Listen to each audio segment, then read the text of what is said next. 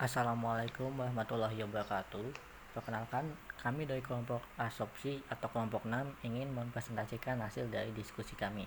Sebelumnya, perkenalkan, kami dari kelompok 6 beranggotakan Faisal Khairul Hidayat dengan NIM 235211020. Yang kedua ada Wahyu David Setiawan dengan NIM 235211034. Yang ketiga ada Indah Waro Hidayati dengan NIM 235211060. Yang keempat itu ada saya sendiri, yaitu Muhammad Nazmi dengan NIM 235211066.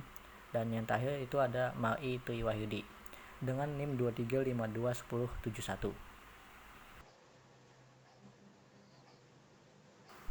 Sebelum itu, tahukah kamu apa itu asopsi, jenis-jenis asopsi, dan karakteristik dari asopsi? Jadi jika belum tahu, mari ikut penjelasan asopsi dari kelompok kami.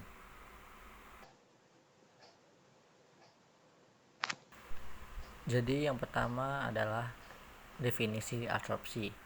Absorpsi merupakan proses di mana molekul, atom, atau ion dari suatu zat atau adsorbat menempel atau terikat pada permukaan zat lain atau adsorben.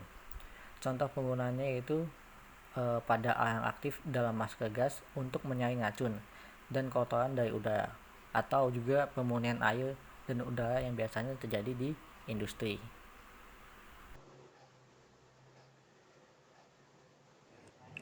Absorpsi fisis. Absorpsi fisis merupakan proses di mana molekul absorbat menempel pada permukaan absorben melalui gaya van der Waals yang kemudian mengakibatkan interaksi fisik yang relatif lemah dan tidak spesifik serta bersifat reversibel.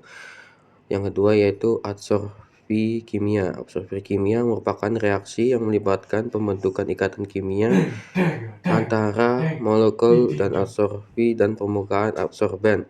Umumnya reaksi ini lebih kuat dibandingkan dengan absorpsi fisis sehingga bersifat irreversibel.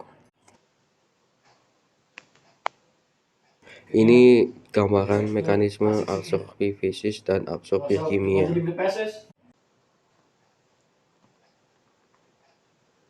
Perbedaan absorpsi dan absorpsi. Yang pertama itu absorpsi. Proses pengambilan zat larut dapat berubah menjadi bagian dari bahan serap, membutuhkan perbedaan tekanan parsial zat larut di antara dua fase. Yang kedua yaitu menghasilkan zat larut dalam bentuk homogen, membutuhkan energi dalam bentuk perbedaan tekanan parsial zat larut. Yang kedua yaitu absorpsi. Proses tarik-menarik antara molekul zat larut dengan permukaan padatan yang bahan absorben terjadi akibat adanya perbedaan keruhan molekul di dalam satu fase, menghasilkan zat larut dalam bentuk heterogen pada permukaan padat, tidak membutuhkan energi dalam bentuk. Absorpsi isoterm. Isoterm absorpsi merupakan hubungan kesetimbangan antara jumlah absorbat yang terabsorpsi pada permukaan absorben dengan konsentrasi atau tekanan absorbat dalam fase fluida atau gas pada suhu tertentu. Beberapa isoterm absorpsi yang diketahui seperti model isoterm Langmuir dan Freundlich. Isoterm absorpsi Langmuir sering digunakan untuk menggambarkan proses absorpsi kimia dan merupakan jenis absorpsi yang monolayer. Absorpsi Langmuir dapat dinotasikan dengan persamaan sebagai berikut. QA sama dengan M kali K L kali CE per 1 plus KL kali CE. Isoterm absorpsi Freundlich merupakan jenis absorpsi yang paling sering digunakan karena dapat mengkarakteristis proses absorpsi dengan baik dan juga dapat digunakan pada permukaan yang heterogen. Absorpsi Freundlich dapat dinotasikan dengan persamaan sebagai berikut.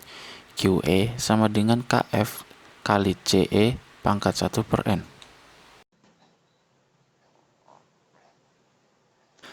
Kemudian faktor-faktor yang mempengaruhi absorpsi yaitu 1. Waktu kontak dan pengadukan. 2. Luas permukaan adsorben.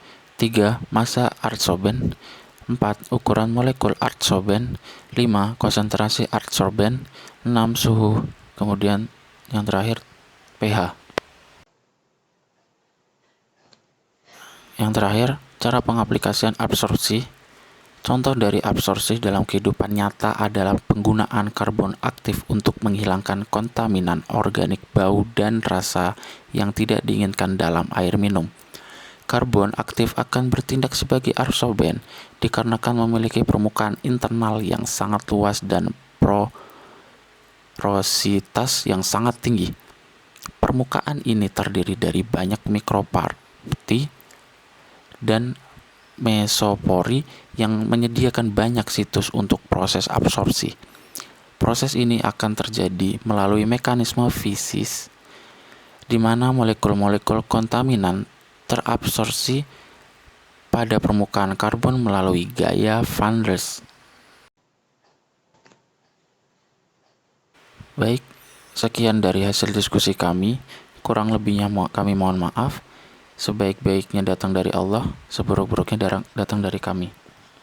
Kesepian tanpa kekasih. Sekian, terima kasih. Wallahu muwaffiq ila aqwamit thoriq. Wassalamualaikum warahmatullahi wabarakatuh.